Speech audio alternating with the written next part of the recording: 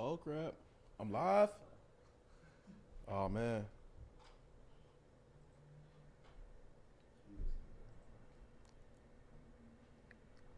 Don't worry, it's not about to be a hot mic. What's up, Kory? Yeah, What's don't going- say anything. That mic's live to all of Facebook right now. Oh crap! I'm not saying anything. Welcome to the Woodward Sports Morning Show. It's 8 a.m., a little bit after 8 a.m. My name is Stick. Adam is out sick today, so don't be confused. That's not Adam. No, I'm not. This is Kory. This is Kory. Everybody, meet Kory Woods. And Kory, before we get into this, why don't you just tell us a little bit about yourself? Where are you from? What you got going on? You know, just tell me all about Kory Woods for a minute.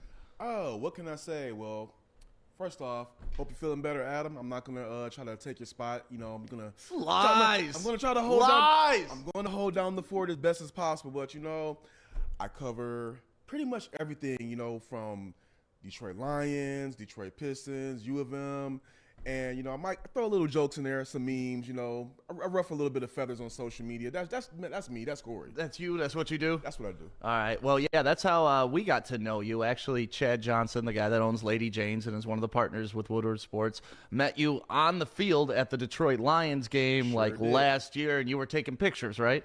Yeah, I was on the sideline taking pictures, and I saw Chad with Janoris Jenkins of the Giants, and Yep. then Bill Bentley, former Lions player, and they were just talking, and I just said, "Hey, come here." Grabbed a photo, posted it up online, and next thing you know, Chad finds me and the photo, tags it, and the rest is history. I'm here. And now you're here, baby. I'm here. Who would have thought it? So let's get into talking about sports, man, because I know that's what you love, right? Oh, I love it. What's going on? Did you watch the Monday Night Football game last night?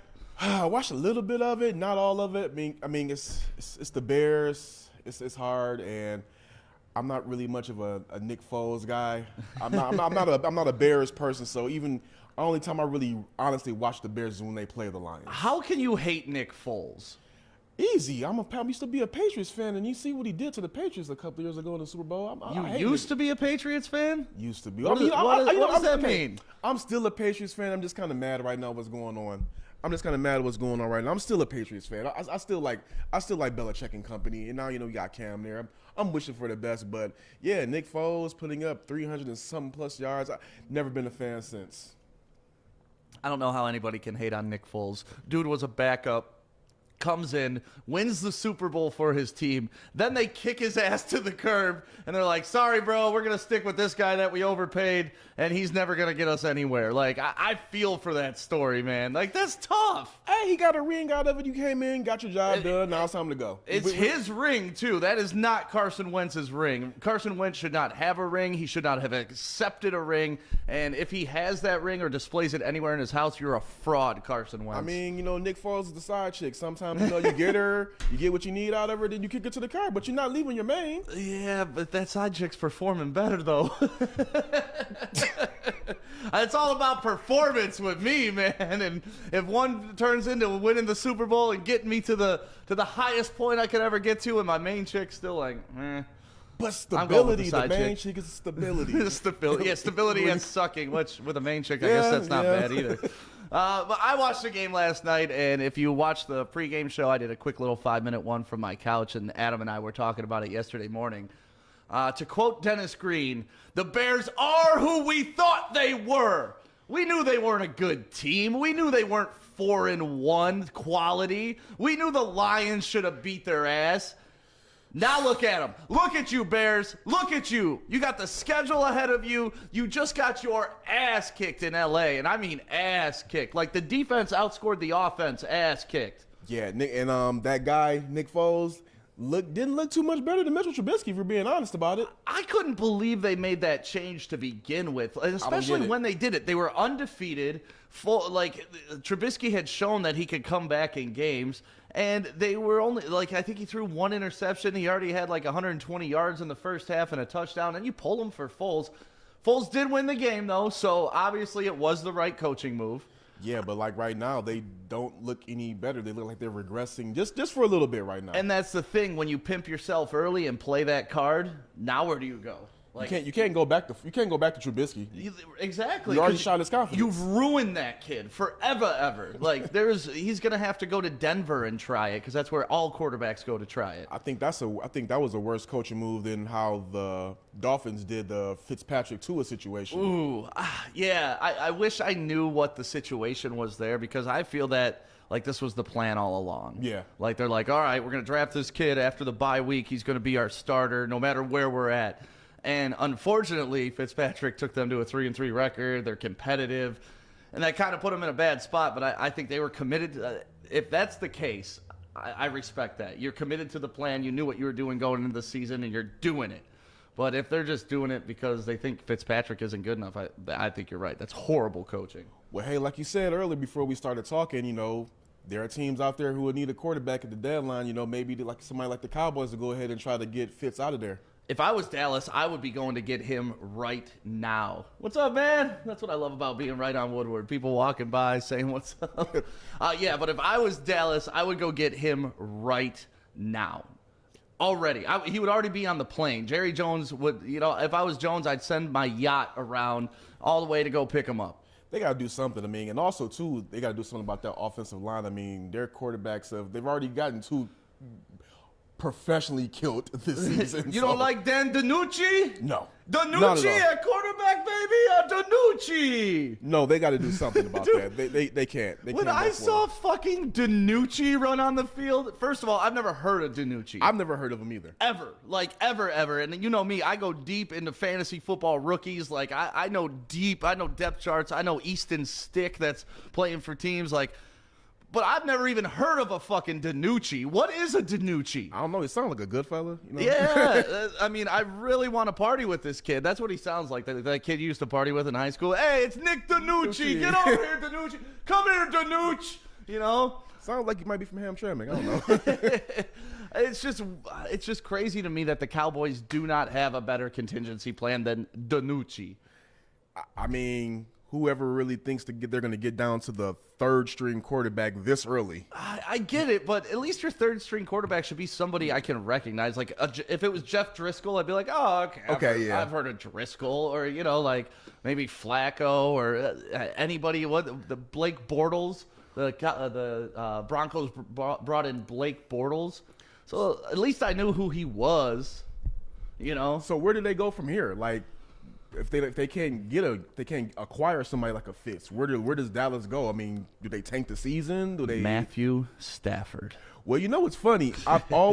Here is my prediction. I said if the Lions start out something like 1-4, 1-5, right? I predicted that Dallas would try to go ahead and get Stafford up out of there, and Jerry will try to bring him there. Right.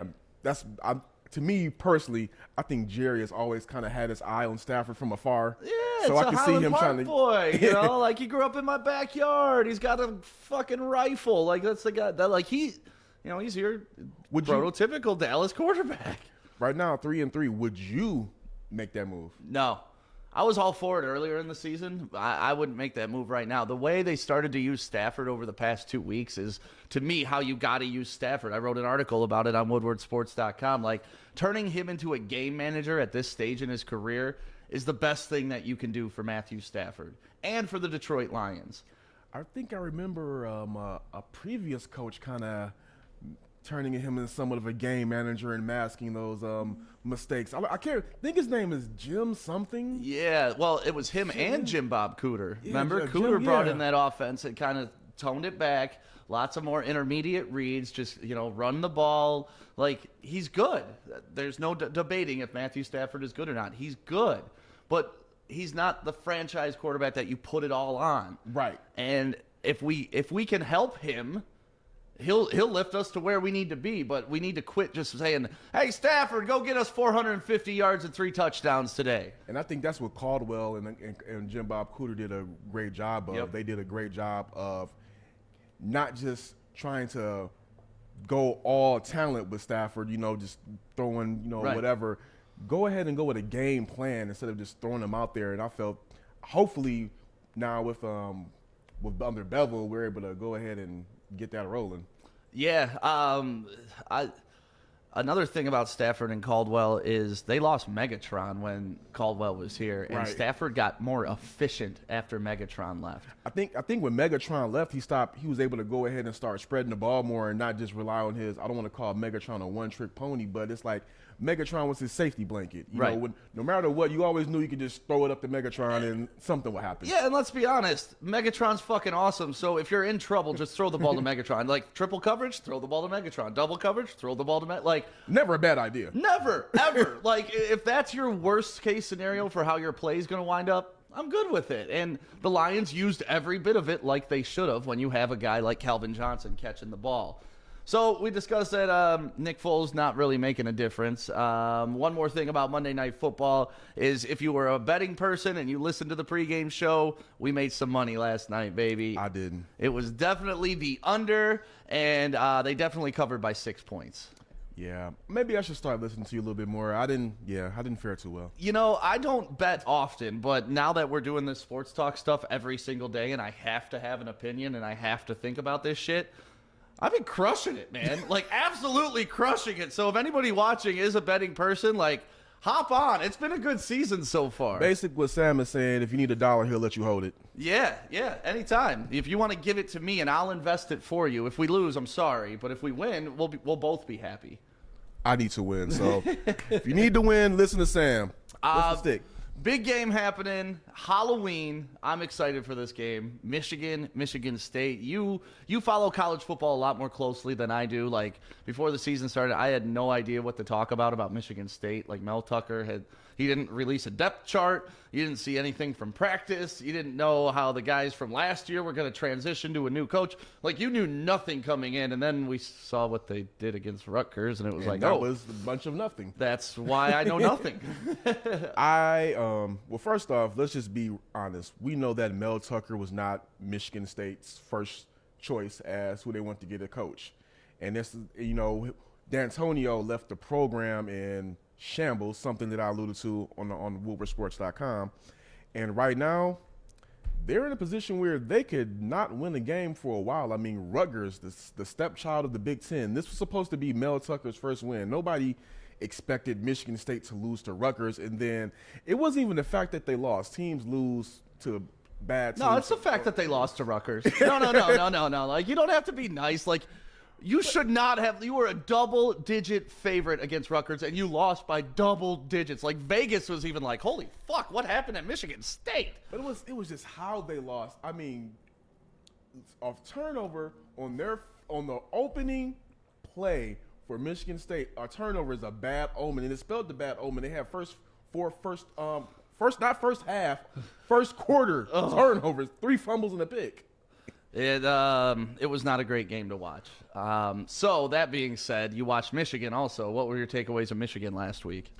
They need to. I want to see a little bit more improvement on the special teams. They could get a little bit better in that area, but They should put Joe Milton on special teams too. Joe Milton needs to be everywhere. Yeah, he needs to be like, punting. He needs to be place kicking. He needs to be on kickoff return. Just Cordell Stewart him. Yeah, for real. Like, he's Cordell Stewart, except he's man size. Yeah. Like, Cordell Stewart was what, like 5'10", 5'8"? He was a little guy. Yeah. Newton, not Newton. Well, he's pretty much like, hey, that's who Milton reminds me of. Cam Newton, I mean, yeah. he's like 6'4", 6'5", and 240. Like, I like Milton's wardrobe better, but yeah, for sure. Yeah, I can't do the skinny slacks. Cam and Russell Westbrook are just out of control with their wardrobes, and I love it. I'm here for it, but I could just never pull that shit off.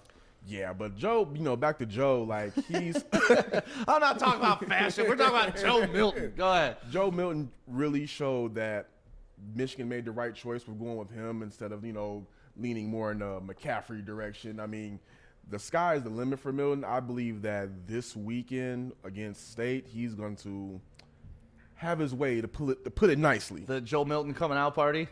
Oh, for real. He's gonna tap dance all over them. I know yesterday Jim Harbaugh talked about that both Rocky Lombardi and Joe Milton understand the importance of this rivalry game, but if you look at how Joe Milton played last week and how Rocky Lombardi played, I don't see how you go into that game with Rocky. I just don't, because Who else do you go with, though? I mean, maybe go ahead and try Theo Day out there, see what happens. I mean, he's got a good last name. I'll support his last name. Yeah. That's my last name, so I may get a Day jersey. That'd be sweet, right? Hey, I'm not gonna be. I'm gonna be honest. I'm not a State fan, so it's gonna be. See, I'm a fan. Like, that's it. Everybody always asks me, who do you root for, Michigan or Michigan State? And I always tell them, I went to University of Detroit. We don't even have a fucking football team, so. Like, I don't know what to tell you. I was at UAD when Rashad Phillips was there. All eyes on 3. Let's go. Rashad Phillips, Ferndale High. That's right. But I always tell people I've had better experiences at State. I've partied harder at State. I've gotten a lot more drunk at State. But I do love Michigan because of my third-grade teacher that we talked about a couple days ago. Yeah. That was an interesting story. Yeah, it was. You guys have given me a complex about that. I still. It was great. I mean, it made me wonder about, I started, made me think about my high school English teacher. Actually, she was the teacher's assistant. She was pretty high. And you went to Ferndale, right? Sure did. All right, what was her name? Ooh, should I say it? Well, yeah. Her name was Miss Kuzner. Come on, we're grown-ass people now. You can Miss say Kuzner, whatever. hey, Miss Kuzner was hot. Everybody knows it. Miss Kuzner was hot. What can I say? What made Miss Kuzner hot? I don't know. I think it was the way she wore her hair every day and the skirts. She just came through, and she was just always nice and bubbly. I mean, what can I say? She was just cool, and she taught English really well. And what grade was that? That was 7th grade. Yeah, 7th, 11th grade. Yeah, I guess that's a little more acceptable than me like fiending for my 3rd grade teacher.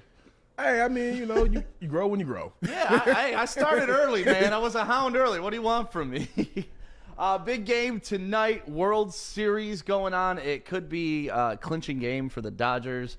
Have you been keeping up on the World Series at all? I know you're more of a college football guy, and it's okay if you haven't. I've been poking in, looking, getting more familiar with the game. I mean, I watch baseball, but I'm not an avid fan per se. But what I can say is just from an outside perspective that if the Dodgers pull this off, I mean, the city of LA is having a pretty good sports year. I know, but that's kind of why I want Tampa to win it too, because the Lightning just won it. Tampa Bay Bucks look amazing, and if the Rays win, like they could get the trifecta this year, man. How amazing would that be? Remember when the Pistons had it? Like it was the Red Wings, Pistons, and the Shock.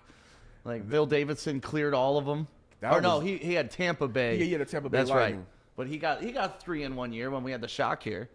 Yeah, man, I missed the Shock. They were like part of the Detroit winning culture that's forgotten. Yeah, well, that's why it was ended up being 6 championship drive, not just 3 championship drive up there.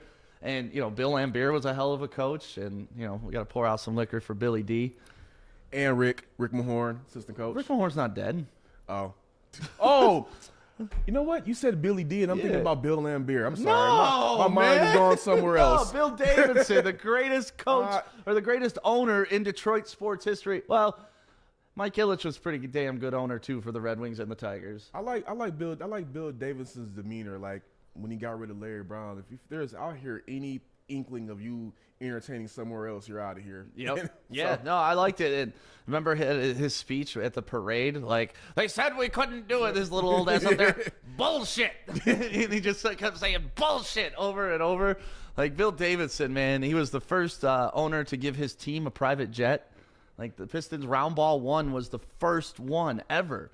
And then from a few things that I read, like when the Palace of Auburn Hills was built, that was like one of the state-of-the-art basketball arenas. When they tore it down, it was one of the state-of-the-art basketball arenas. You know what? I'm glad to a degree that the Pistons are back in the city. But I am too. The Palace just had so many damn memories. Oh, I think I saw every concert ever there, first of all. Like from Jay-Z to Kanye to the Eagles with my dad.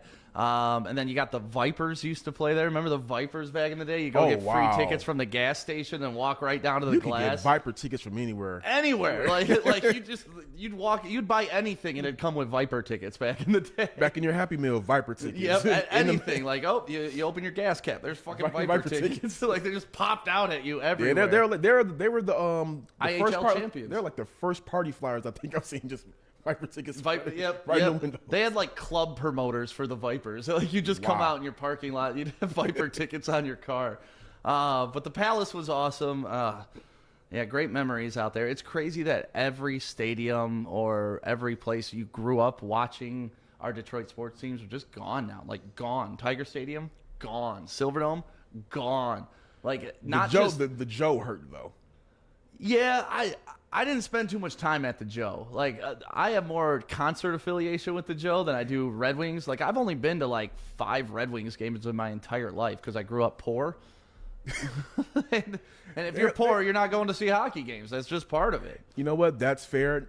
Most of my memories at the Joe was watching wrestling. So, Monday Night Raw, pretty much every WWE Monday Night Raw big history event, it happened at Joe Louis Arena. Yep. So that's where a lot of my memories. Except when Hogan slammed Andre the Giant, that was at the Silverdome. Yeah.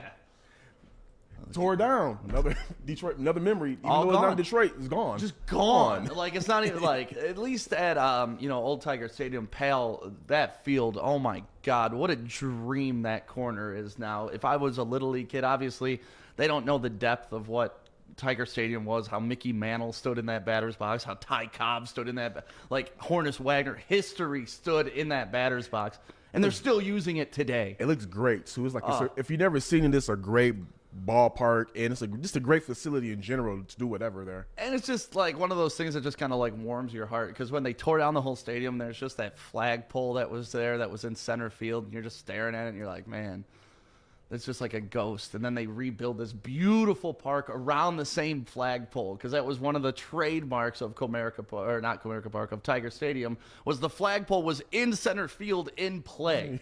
And when they built Comerica Park, flagpole was in center field in play, but then people were bitching that the stadium was too big, so they moved the dugouts in, and that's why the flagpole's in the dugout now. But originally, that was a part of the field.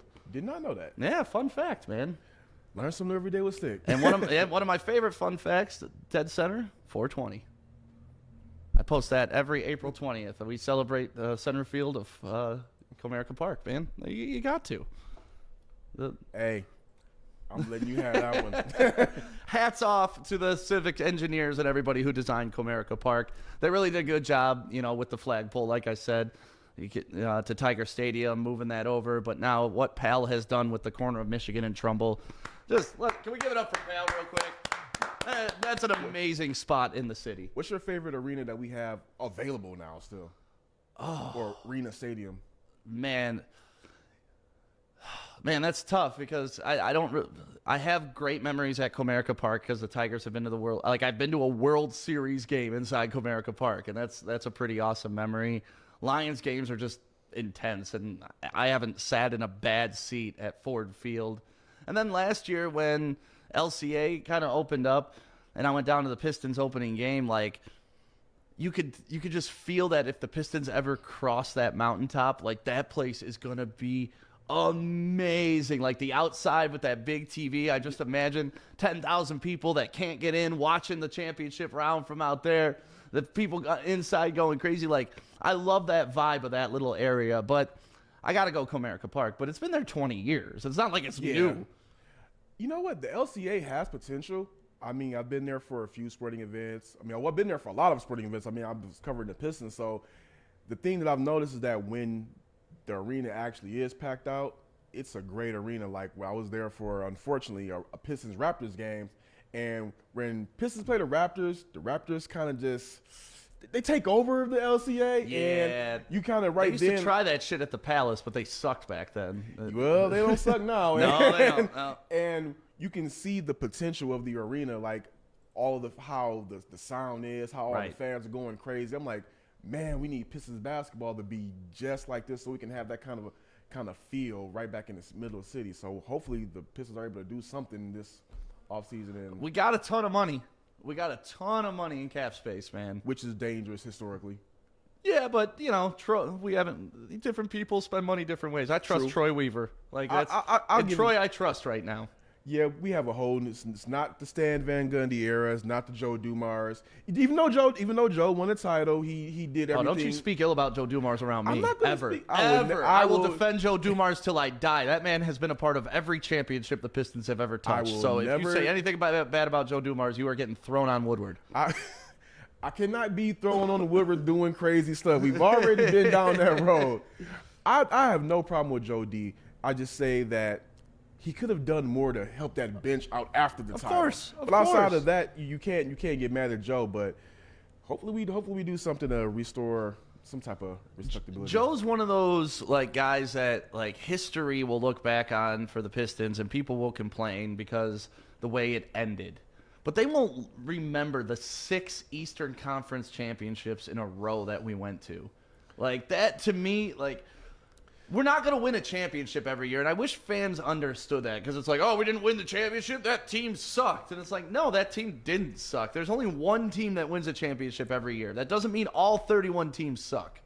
Real quick, I was there for the last one, for the last Eastern Conference run. I was an intern for the Pistons. Oh, nice. And I was there for that clinching game when Boston kicked their ass. That And fake-ass super team. And then I'm sitting in the, I might not be here right now speaking to you if I did what I thought I wanted to do. Uh-oh. I'm in the back after the game, and I'm waiting to go into the locker room, do my job as an intern, and skipping right past me with the Eastern Conference trophy is Kevin Garnett.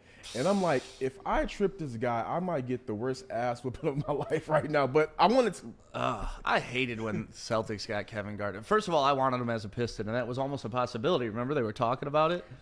Really? It was rumored that we could possibly get Kevin Garnett back then. And to me, holy shit, that would have been amazing.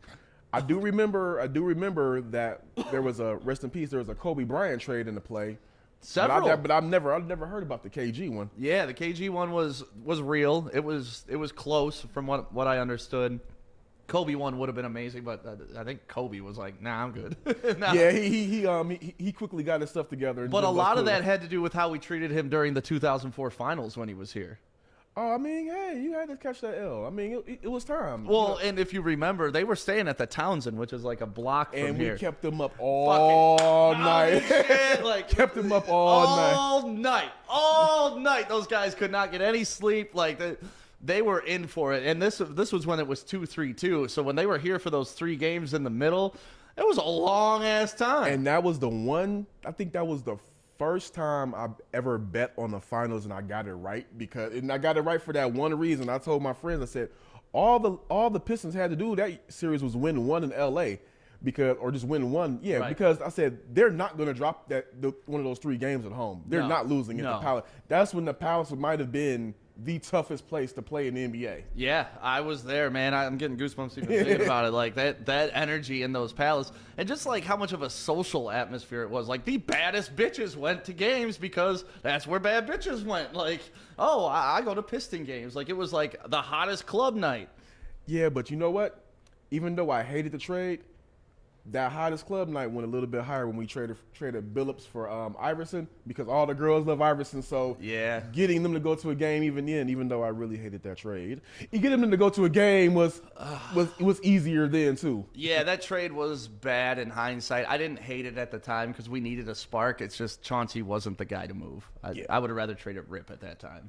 Oh, easy. Yeah, but trading either one of them, they were, when they traded Chauncey, Rip was already out mentally out the door. Well, if you trade Chauncey, you kill Rip. Because, Rip was getting all of his shots off curls. He was running off screens. And, he needs a point guard to get the ball to him right in shooting position, right on time.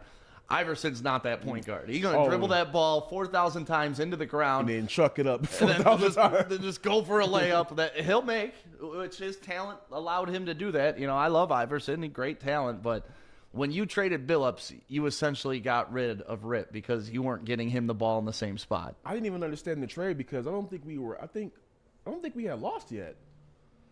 I don't think we had. Our offense was slipping. It was slipping. It was slipping, and that's what it was for. It was for the offense. It was trying to give us a kick in the ass, and it didn't work. Yeah, I wouldn't give a first year coach in Michael Curry, Allen Iverson, and Rasheed Wallace. Oh, Michael Curry.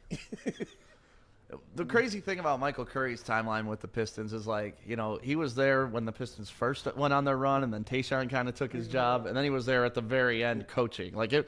It was weird. It was a very strange transition from player to coach for Michael Curry.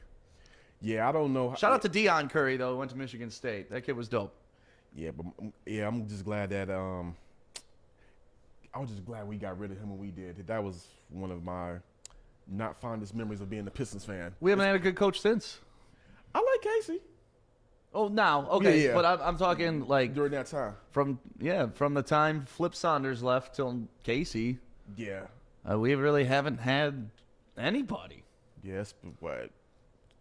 Curry, Mo Cheeks, Lawrence Frank, Ugh. John Kuster. How does Lawrence Frank keep getting fucking basketball jobs? What does he has have like tapes. naked He has pictures? Yeah, tapes. that He dude has tapes. has to have something, man. He has tapes because everywhere he goes, he's kind of like almost like Jason Kidd. Anytime he goes somewhere, you can expect somebody to get pushed out the back door real quick. I don't know what it is, man. And like he shouldn't even been a coach for the Nets back in the day, but now isn't he like the GM and He's like one of the executives in the Clippers? Yeah. He hired Chauncey. Like in no world should that guy be in a position of power in basketball over Chauncey Billups. In no world. I mean, like I said, he has tapes. He's got tapes. He's got tapes. That's really just the answer. I don't need to double down or make it sound any more deep than that. He got tapes. Well, now that we're kind of talking about the Pistons need a point guard, right? Yes, they We're do. talking about the number 7 pick. You got Kalen Hayes, or you got Halliburton, who I like Halliburton. I don't. Halliburton's see him, good. I don't see him being a superstar, but I see him being like a George Hill type player. And then there was talks about us going after Fred VanVleet from Toronto. No. There were talks of it, man. That was the rumor during the playoff run, and like after the playoff run, that the Pistons are going to go after it. We got the money. He could be a potentially elite point guard. When it comes to Fred VanVleet, the Pistons need to just say no. He is not the guy to overpay. I've seen where he's talking about getting somewhere between 85 to 90 million. Here's the thing: Detroit is not a free agent destination. This is for anybody. Are you kidding me? Nobody wants to come in. Beautiful. No, Detroit Beautiful. is not a free agent destination. We got the river. We got St. Clair Shores. We got Birmingham. Yeah, Yeah. exactly. No, I know. We're competing with like South Beach in LA. But you're gonna have to overpay somebody to come here. It is what it is. But I don't think Van Vliet is that guy. I believe that you could make some trades or draft somebody who could become what he is. Throwing $90 million at him would set the franchise back to where they're trying to get out from. Yeah. I think if anything, what That's they a should. Josh Smith contract right there. Oh yeah, hey, I'm not going to talk about Joe D, but at midnight he offered Josh Smith 4 years, I believe, $54 million when the going market for him was 3 years, 21. Hey, I love Jay Smooth, so I was pumped when we got Jay Smooth, man. I was just fat Jay Smooth. It wasn't like productive Jay Smooth. Yeah, I like Jay Smooth the day we cut him and went on a 13-game winning streak. Yeah. But I mean, offseason Pistons. Here's what I'm hoping: Brandon Ingram, restricted free agent. I think that they should go ahead, throw a deal at him, and make the Pelicans match. Stan Van Gundy got there. I'm thinking that Ingram and Lonzo Ball want to get out of there. So maybe try to work out some kind of sign and trade with them, get them to Detroit. You like Lonzo? I'm indifferent on Lonzo. I think that he's had some interesting coaching situations to go from Luke Walton, who has shown he's really not that great of a coach, right, to Alvin Gentry, Alvin Gentry is a type of coach who would keep you from sucking, but won't elevate you to anywhere else above being a C+. So I think under Casey, who I believe really had Kyle Lowry coming to his own, and he's helped, this year helped last season with Derrick Rose, and get him to a spot where he can play healthy. I believe that if we were to somehow get Lonzo, or whoever gets Lonzo, he needs a coach who's going to believe in him. We need to get both the balls here, man. We need to get both of them. We need to move up in the draft, draft LaMelo, get Lonzo, and we'll just ball out. Huh? Well, you see they're saying there's a potential trade out there for the Pistons where they would give up Blake Griffin and the number 7 pick, and they're talking about sending it to Golden State for Wiggins? For Wiggins and the number 2. I was going to bring that up, man. I love Wiggins. I think Wiggins, he's got all the potential in the world, and that's all he's ever been is potential. But if you built the team around him instead of just making him a piece of the team, I think he could be an all-star, man, for sure. Wiggins, Melo, and draft somebody. Sign somebody in free agency. And, don't make Derrick Rose the starter. Have him as the 6th or 7th man. I believe we'll be good. someone's going to come get Derrick Rose, man. We're going to cash in on Derrick Rose. That's like a winning lottery ticket that we have in our back pocket right now. Thing is, I don't think he wants to leave. No, I love Derrick Rose here, but eventually you got to cash in on that value. Like if, let's say Houston needs another point guard by the end of the season, like let's get something out of Houston for him, Yeah. Because we're not doing anything with him right now, and by the time we're ready to do something with him, he's not going to be worth anything. He's going to be done. And not to say it's kind of like Stafford, because Stafford has been here for so long, but it's getting to that stage of his career. Like, hey, the rest of the team got to step up, or we're just kind of wasting this guy's end of his career. Where do you think the Pistons should go in the draft? I don't mind the number 7 slot, to be honest with you. I like it because I've seen some good players fall to there. You kind of miss out on all those hype guys, and you're left with the talent at 7. So I like Halliburton. I would target him there if we're sticking with the 7 spot. If we could move up, I wouldn't mind getting LaMelo. From what I've seen about that kid and like just how he's grown, how his game has grown, how he's done overseas, just what he's become. It's like, all right, he's the one out of that family. He's the one. And also, too, LaMelo has already been in the limelights. Mm-hmm. He's already accustomed to all this, so it's not going to be when him and Bronny play each other. Like, oof.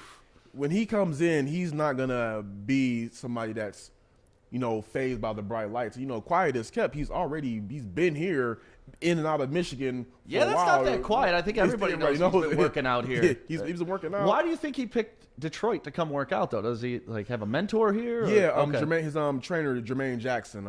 He's from here. So all right. Yeah, old ball player. Yeah, so Melo and Jello have been here. Okay. Man, we gotta get those guys in the studio. Pull some fucking strings, Kory.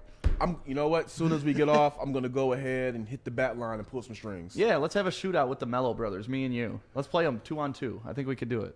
I think I can take Jello. Jello. I'm locking you up, just so you know.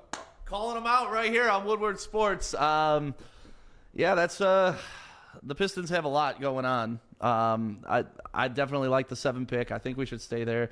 I don't want to give up too much to move up 3 picks. No, because unless you're for sure going to nail Melo, no reason to. I don't think it's that big of a talent difference to justify moving up. Unless you're going for Melo, that's the only reason that I would trade up. All right. Well, thanks for joining this morning. It's Woodward Sports, 8 a.m. Sports Talk. My name is Stick. That is Kory Woods filling in his first time ever on a microphone. Hope I did well. You're fucking great, man. You should be proud of yourself. Take the rest of the day off. No, I can't do that. I got to work. No, I'm just kidding. Get back to fucking work. No, thank you, Kory. I appreciate your insight, your knowledge, everything that you're bringing to the table here at Woodward Sports. We're so excited to have you as a part of the team. Actually, while we're doing this, Chad's texting me about how fucking awesome you are. I don't get those texts. He doesn't text me how awesome I am. It's only how awesome Kory is, but for real, man, so proud to have you a part of the team, and I can't wait for you to do this type of shit more often. Hey, thanks for listening to me. This is me breaking the ice for my first time. Yeah. Popping the cherry, how you call it. Make sure you follow us on everything at Woodward Sports. And thank you. We made some big announcements yesterday. If you want to check out our social media, we're up to like 2,000 followers on Instagram right now. Isn't that crazy? I mean, I don't know. I think it has something to do with some news we did yesterday. I don't know. Some guy came over. Yeah, if you want to check it out, it's on our socials right now. Woodward Sports. We're going to put up some articles today, woodwardsports.com. Thanks for waking up with us.